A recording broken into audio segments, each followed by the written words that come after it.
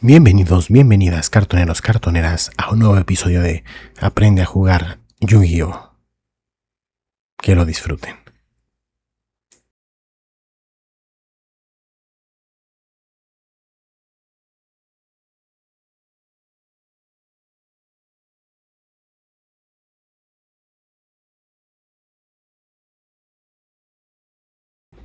Muy bien, el jugador del turno siempre comienza con prioridad. Es decir, esta persona tiene la opción de activar una carta primero en cada fase o paso de su turno. Mientras el jugador del turno tenga prioridad, el oponente no puede activar cartas ni efectos, al menos que sean esos que se activan automáticamente, como los efectos trigger, disparo o flip, volteo. El jugador en turno siempre puede jugar una carta o activar un efecto, o si no, ceder la oportunidad al oponente para que éste pueda activar un efecto. La prioridad se cede al oponente cuando pasas a la siguiente fase o paso de tu turno. Estrictamente hablando, siempre se declara que se cede la prioridad antes del final de cada paso o fase. Y cuando se cede la prioridad, pues preguntaríamos al oponente si desea jugar una carta. Sin embargo, para facilitar el juego, anunciar el final de las fases o pasos implica ceder la prioridad al oponente. Por lo tanto, al anunciar el final de una fase, el oponente puede simplemente decir: antes de que termine tu fase, activo esta carta. Y ahora que sabemos las prioridades, vamos a hablar un poco de la clasificación de efectos, que se clasifican en efectos activados, efectos continuos y efectos inclasificables o sin clasificar. La categorización sirve para definir exactamente cómo y cuándo operan estos efectos, además de indicar si requieren activación manual, si funcionan por sí solos o si inician cadenas en el campo de batalla.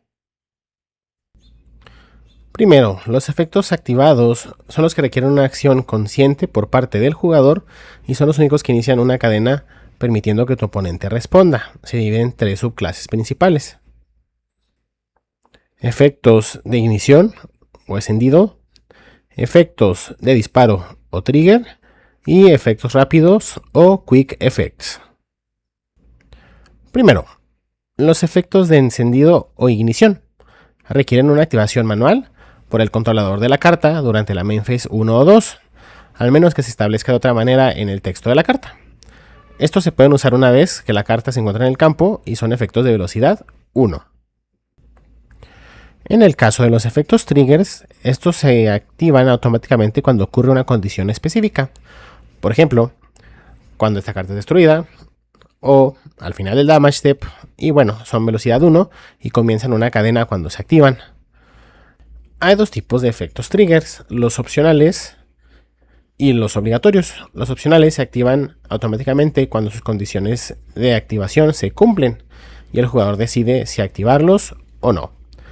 Para identificarlos, se formulan de la siguiente manera: empiezan con la palabra cuando o con la palabra si, en inglés when o if, seguidos por una condición de activación, dos puntos, dice you can o puedes y al efecto que se va a disparar. Y los obligatorios se activan automáticamente cuando sus condiciones de activación se cumplen y están formulados de la siguiente manera: si, condición de activación, dos puntos, efecto.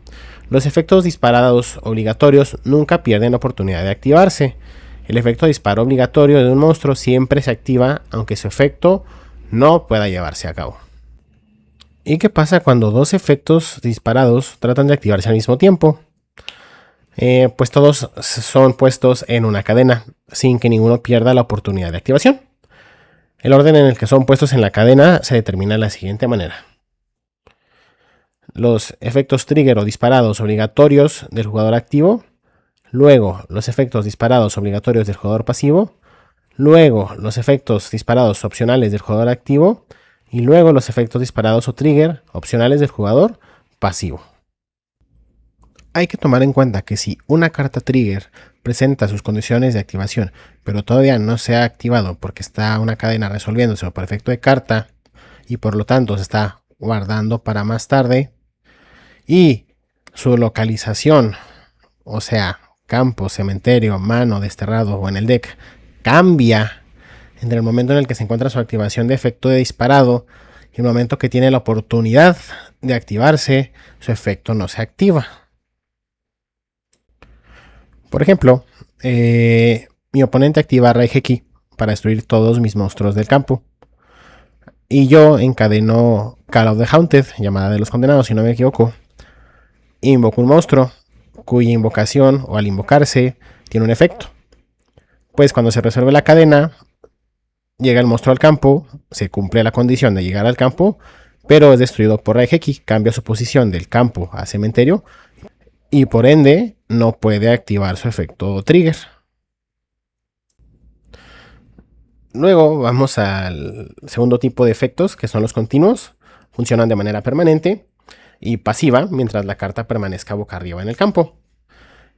Características: no inician cadenas y su efecto aplica tan pronto como la carta resuelve su invocación o su activación.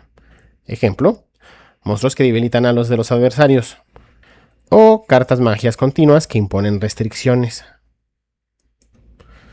Tercer tipo de efectos, los efectos inclasificables o sin clasificar. Son efectos que no pertenecen a ninguna de las categorías tradicionales. O sea que no son continuos, ni encendido, ni disparos, ni rápidos. Su característica principal es que no inician una cadena cuando ocurren. Ejemplo: efectos especiales de invocación, como aquellos que te permiten invocar al monstruo por cuenta propia sin generar una cadena, como los famosos Kaiju que se invocan al campo del oponente. Y otro ejemplo, pues son condiciones, ¿no? Que son reglas o restricciones para invocar una carta que no es un efecto. Están en la parte del texto de efecto de la carta, pero como tal no se clasifican como efecto. Y aparte aplican en cualquier lugar, mano, cementerio o destierro, antes de que la carta llegue al campo. Generalmente se distinguen porque dicen, ejemplo: no puede ser invocada de modo normal o colocada, debe ser invocada de modo especial. Y hay un cuarto tipo de efectos que no les mencioné al principio, que se llaman efectos persistentes o lingerings. Se aplican durante un tiempo determinado, bajo ciertas condiciones, y se mantiene activo, aunque la carta que la originó abandone el campo o sus efectos sean negados posteriormente. O sea, activó y resolvió correctamente y después se le negaron sus efectos. Y dentro de la comunidad han acuñado en el vocabulario algo que no existe, llamado efecto preventivo. O sea, no existe como regla oficial, sí existe como término de la comunidad. Se utiliza informalmente para referirse a dos situaciones distintas: a las cartas de interrupción, hand traps o efectos rápidos, o efectos de restricción continua, llamadas generalmente floodgates. Los efectos de interrupción, como las hand traps, son efectos rápidos que se activan desde tu mano o campo durante el turno de tu adversario para frenar su combo antes de que alcance su punto más fuerte. Se le llama preventivos porque arruinan la planeación del rival. Ejemplos: Ash Blossom, Infinity Permanence o Nibiru. Y en el caso de las floodgates o efectos de restricción continua, pues generalmente son cartas mágicas o trampas que permanecen boca arriba en el campo e imponen condiciones o reglas muy estrictas, bloqueando de manera preventiva todo tipo de acciones, como prohibir invocaciones especiales, evitar que se añadan cartas a la mano, etcétera, etcétera, etcétera. Ejemplos clásicos: Dimensional Barrier, and there can only be one, o barrera dimensional y solo puede haber uno. Y básicamente eso termina la clase de hoy. Ya saben cómo clasificar sus efectos. Y si tienen más dudas, no olviden comentarlas o mandarme un mensajito. Nos vemos hasta la próxima. Espero lo hayan disfrutado tanto como yo.